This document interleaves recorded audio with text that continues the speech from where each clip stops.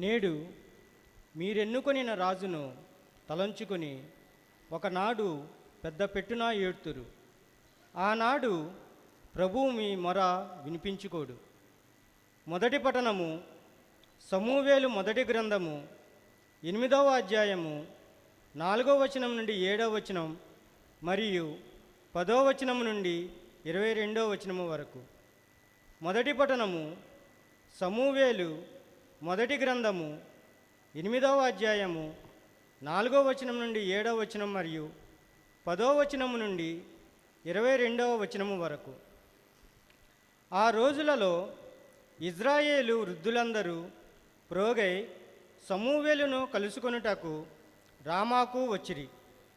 అతనితో, అయ్యా, నీవా ప్రాయము చెల్లినవాడవు, నీ కుమారులందము నీ అడుగుజాడలలో నడుచువారు కారు, ఇక మాకు న్యాయము తీర్చువారు లేరు, కనుక అన్యజాతుల వలె మాకును ఒక రాజును నియమింపుము అని విన్నవించుకొనిరి.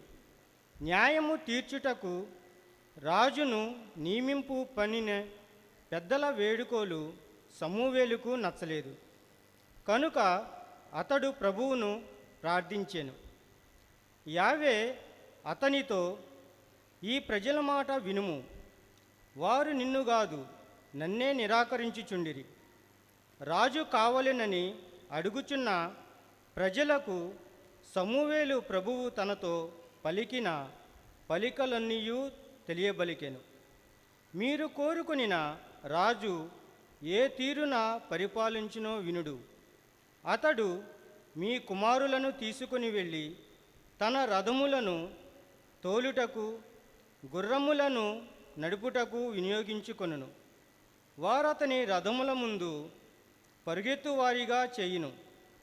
తన సైన్యములలో 1000 మందికో 50 మందికో వారిని అధిపతులుగా నియమించును. వారిచే తన పొలములు దున్నించి కోత కోయించుకొనును.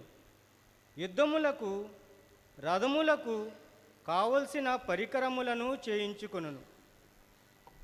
మీ కుమార్తెలు తీసుకుని వెళ్ళి అత్తరులు పూయుటకు, వంటలు వండుటకు, రొట్టెలు కాల్చుటకు వాడుకొనును. మీ పొలములో సారము గల చేలను, మీ ద్రాక్ష తోటలను, ఓలితోవులను గైకొని తన ఉద్యోగులకు ఇచ్చివేయును. మీరు పండించిన పంటలో కాయించిన ద్రాక్ష పండ్లలో 10వ వంతు తీసుకొని తన నౌకరులకిచ్చివేయును. మీ బానిసలను, మీ గాడిదల పనుల తానెన్నుకున్న వానిని తీసుకొని సొంత పనులు చేయించుకొనును.